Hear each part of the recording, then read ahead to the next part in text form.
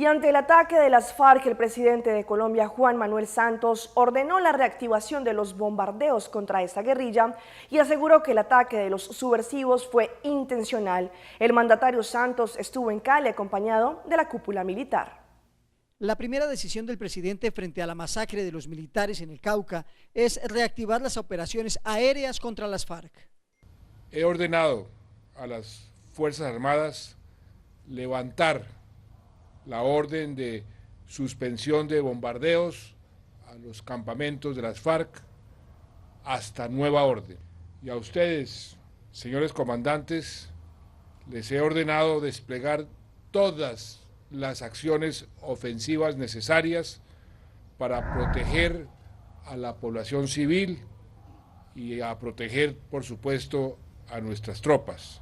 Durante un consejo de seguridad en Cali, Santos lanzó una advertencia a las FARC.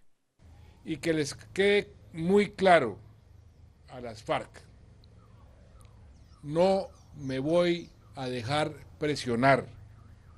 Óigase bien, no me voy a dejar presionar por hechos infames como este para tomar una decisión sobre cese al fuego bilateral. La orden del mandatario es intensificar las acciones contra la guerrilla. El incidente fue producto de un ataque deliberado, no fortuito, de las FARC. Y esto implica un claro rompimiento de la promesa de un cese al fuego unilateral. El fiscal general Eduardo Montealegre dijo que los guerrilleros que cometieron la masacre serán capturados y que investiga si hubo complicidad de civiles. Se trata de una violación grave al DIH, de un crimen de guerra por parte de las FARC, además de una violación clara a la tregua unilateral. En la tercera división del ejército en Cali, el presidente visitó varios soldados que sobrevivieron al ataque de las FARC. Los uniformados le contaron detalles de la forma como fueron sorprendidos y lo que tuvieron que hacer en momentos de desespero para salvar sus vidas.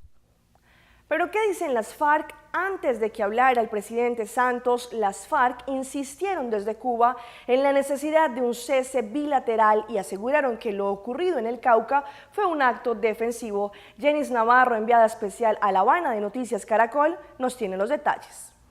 Buenas noches. Lo que han dicho la FARC también en este comunicado es que se trató de una acción defensiva. Textualmente dicen: como resultado del asedio militar del ejército, la reacción legítima de la FARC derivó en la muerte de 10 militares y lesiones a 18 en el municipio de Buenos Aires, Cauca. Y esto lo que dijo en la mañana en el Centro de Convenciones de La Habana, sede de los diálogos de paz, alias Pastor Alape.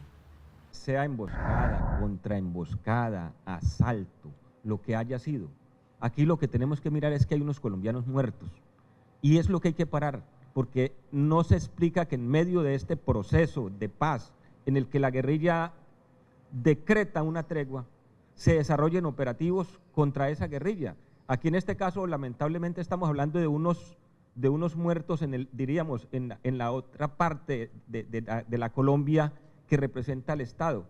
En este comunicado colgado en la página web de la agrupación guerrillera, niegan que hayan orquestado este o cualquier otro ataque a las fuerzas militares desde La Habana porque están concentrados en los diálogos y dicen textualmente al gobierno en estos momentos mantener la cabeza fría y no adoptar medidas poco meditadas que puedan poner en peligro el avance de los diálogos y el mantenimiento del cese unilateral del fuego, y se refieren básicamente a la orden del presidente Santos de continuar con los bombardeos sobre las estructuras de la FARC. Desde La Habana, Cuba, Jenny Navarro, Noticias Caracol. El ataque de las FARC contra una patrulla militar en el Cauca habría sido cometido por un grupo especial de la guerrilla conocido como los Pisasuaves. Aquí les explicamos cómo actúan estos comandos. ¿Le da miedo cuando está en una situación como esta en la que está? Muchas veces sí, porque uno nunca sabe qué pueda pasar. Acá el enemigo es diferente que otras áreas. Hace cerca de un año, nuestro director Juan Roberto Vargas fue testigo de las operaciones que adelantaba el ejército para recuperar el Cauca. Y allí, al lado de las tropas, conoció que uno de los mayores peligros que afrontaba la fuerza pública eran los llamados pisasuaves, guerrilleros de las FARC entrenados para realizar seguimientos y ataques sin ser detectados. Adquiere una disciplina y una capacidad de camuflarse y mimetizarse que el pisado es tan suave que el soldado no logra detectar. El coronel Juan Carlos Restrepo explicó que estos hombres no visten de camuflado. Totalmente negros.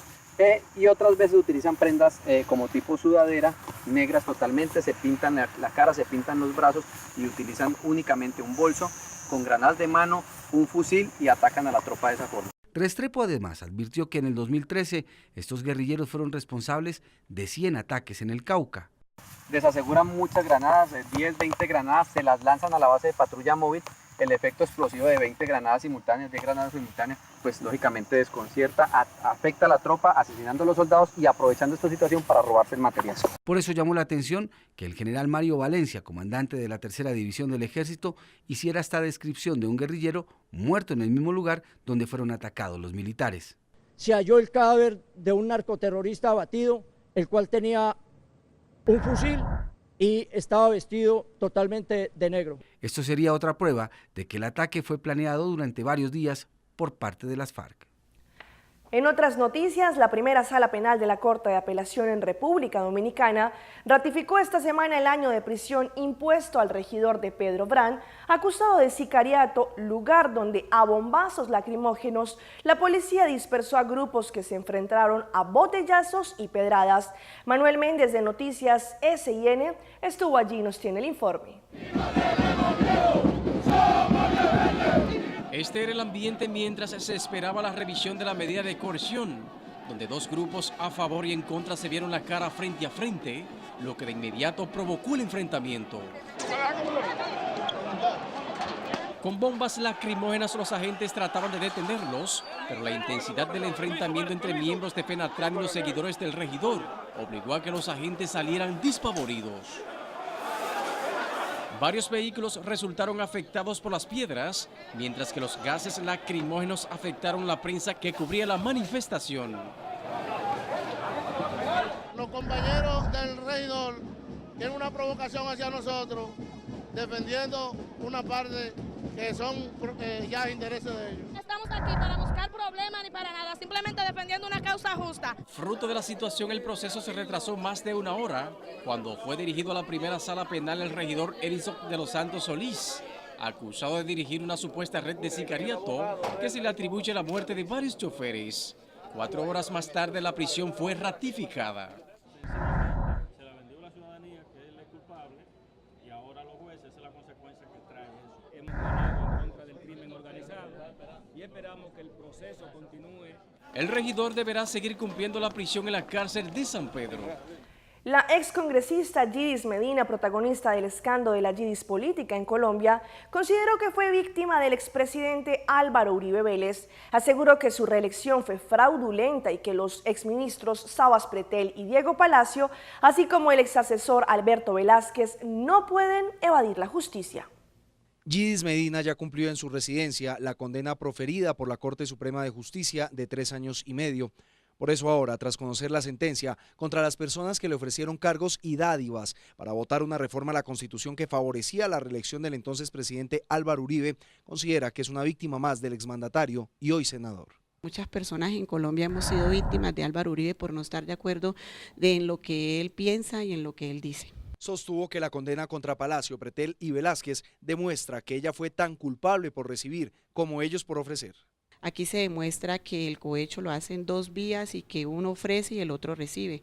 En mi caso, yo ya pagué la condena de 48 meses, 7 días que me dio la Corte Suprema de Justicia y pues ahora les toca a ellos ir a cumplir con la justicia colombiana. Recordó los puestos que le ofrecieron los exministros, así como los cargos en la red de solidaridad social prometidos por el ex asesor Alberto Velázquez. Diego Palacio, la clínica Francisco de Paula Santander de Barranca Bermeja, clínica 1 de Mayo, Sabas Pretel de la Vega, notarías de Teolindo Avendaño, la notaría 67 y la notaría 2 de Barranca Bermeja. Yidis Medina aseguró que se siente amenazada, que la reelección de Uribe fue fraudulenta y pidió a los exfuncionarios condenados en las últimas horas que no evadan a la justicia. Es el momento de una pausa comercial, pero no se despeguen porque ya regresamos con más información aquí, en Pulso Latino. En breve. Aruba catalogada entre las islas por tener un alto estándar de calidad en materia de carga en Panamá. El cantante Víctor Manuel le compone una triste balada a su padre, quien sufre de Alzheimer.